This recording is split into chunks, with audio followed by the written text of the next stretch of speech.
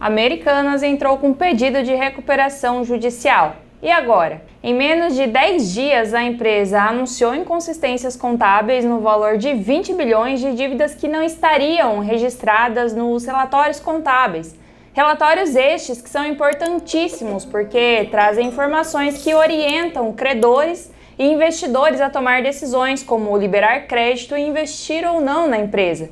Informou dívidas totais no valor de 43 bilhões de reais, sendo que possui apenas 800 milhões em caixa, recebeu diversos processos da CVM, Comissão de Valores Mobiliários, que é o órgão regulador do mercado de capitais, processos de bancos, de investimentos, fornecedores e de investidores. Entrou com processo de recuperação judicial e perdeu mais de 90% de valor de mercado. A empresa, que valia 11 bilhões de reais, passou a valer menos de 1 bilhão. Seria o mesmo que dizer que há 10 dias atrás você comprou um carro por 11 mil reais e hoje ele está valendo 1.000 reais. Só por todas essas informações eu acho que já mereço um joinha seu aqui neste vídeo. Então, contribui para que esse vídeo chegue a mais pessoas. Curte e envia para quem você acha que precisa saber dessas informações. Mas e o que acontece com a empresa agora? A empresa faliu? O que é esse processo de recuperação judicial? O que acontece se eu tenho ações da companhia? Eu tenho que pagar essa dívida bilionária? Eu sou a Carol e te convido a ficar até o final desse vídeo porque eu vou responder todas essas perguntas.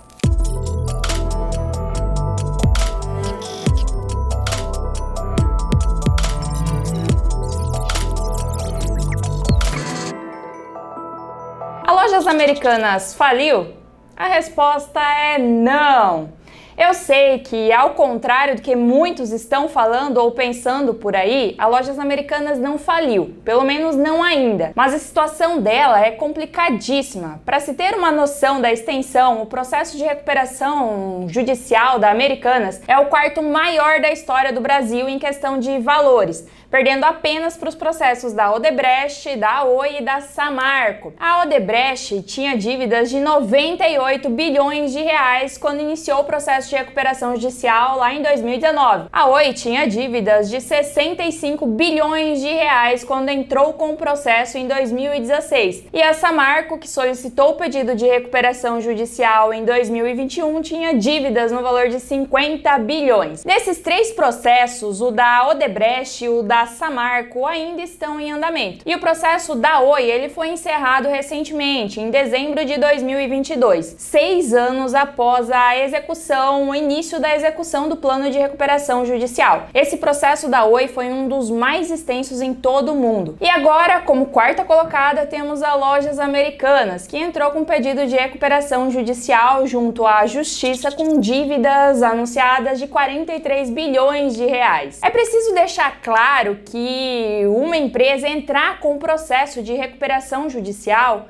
não significa falência da empresa. Prova disso foi o próprio caso da Oi, que durou aí 6 anos. A Oi, ela tinha dívidas de 65 bilhões e encerrou aí o processo de recuperação judicial com dívidas na casa dos 20 bilhões. Durante esse período de 6 anos, a empresa vendeu diversos ativos, seus bens, para ter capacidade de continuar funcionando e conseguir levantar caixa para liquidar as dívidas. Agora, depois de sair do processo, ela tem um plano operacional para focar aí em geração de receita para os próximos anos. Em resumo, a Oi saiu de um processo de recuperação judicial não sem dívidas. Ela continua com dívidas, mas a estrutura dela está mais equilibrada do que antes, quando iniciou o processo. Ela perdeu muito valor de mercado e muito valor patrimonial. São diferentes, valor de mercado e patrimonial, mas continua em busca de ampliar e manter a sua base de clientes que ela já tem, que a gente sabe que é muito grande. A empresa Lojas Americanas tem quase 100 anos de história, foi fundada em 1929, começou a vender produtos pela internet em 1999, comercializa diversos produtos de mais de 40 categorias diferentes, possui lojas espalhadas por todo o Brasil, mais de 1.700 lojas,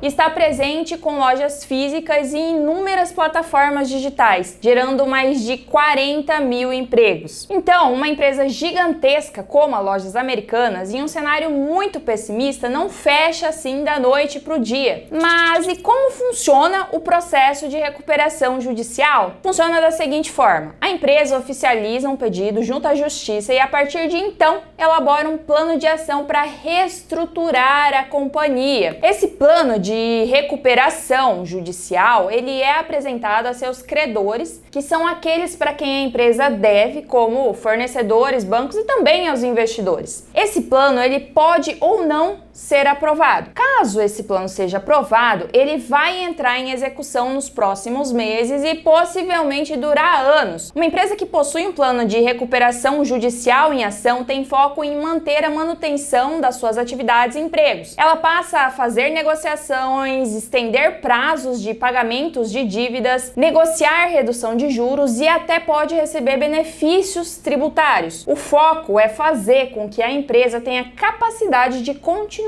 em funcionamento e ir pagando suas dívidas. E é normal nesses processos a empresa começar a vender seus ativos, vender seus bens para ter caixa para liquidar as suas dívidas. Já no outro cenário, caso esse plano não seja aprovado, aí sim a empresa decreta falência. A Justiça nomeará uma pessoa para realizar o processo de venda total dos bens da companhia e pagamento dos diversos fornecedores, que começam a ser pagos por ordem de prioridade. Primeiro a gente tem os salários dos funcionários que devem ser pagos, depois processos judiciais com prioridade para os processos trabalhistas. Depois os pagamentos são realizados a terceiros e também é realizado o pagamento de tributos. Por fim, a gente tem o pagamento de fornecedores e bancos e, por último, se sobrarem recursos, estes deverão ser destinados para os investidores. Agora, aposto que você também deve estar se fazendo a seguinte pergunta: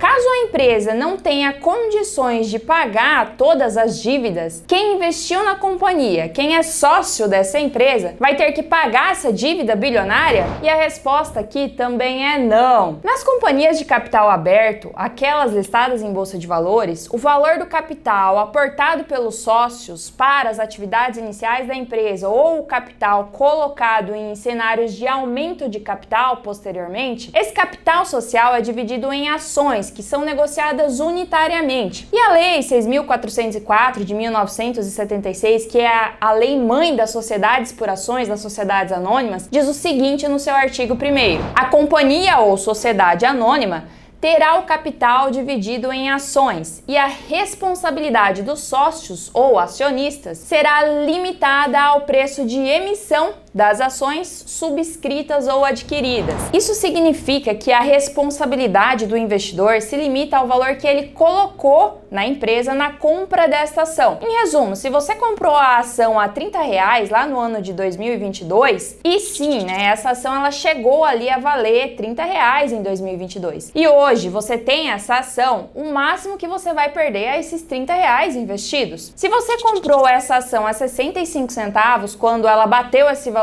no início de 2023, após todos esses escândalos, o máximo que você vai perder é esses 65 centavos investidos. Agora, essa história desse rombo das Americanas está só começando. Auditoria e investigações terão que ser realizadas para identificar o que efetivamente aconteceu com a companhia. E após comprovação de erro ou fraude, deverá haver responsabilização civil e penal dos envolvidos. Esses envolvidos podem ser os diretores, a contabilidade, a auditoria ou até outras figuras. Agora, o que temos a fazer é aguardar as cenas dos próximos episódios dessa história, porque esse escândalo vai com toda certeza ficar para a história do Brasil e do mundo dos investimentos. Gostou das informações? Para quem ainda não sabe, eu também sou contadora e vou trazer explicações mais detalhadas sobre essas inconsistências contábeis divulgadas e sobre os envolvidos nessa história. Vou colocar o link do vídeo aqui na descrição. E se te deixei mais informado e você ainda não curtiu esse vídeo lá no início, deixa o seu joinha aqui embaixo e se inscreve no canal para receber mais conteúdos como este e se manter atualizado sobre o mundo dos investimentos e o mundo empresarial. Esse papo é para você!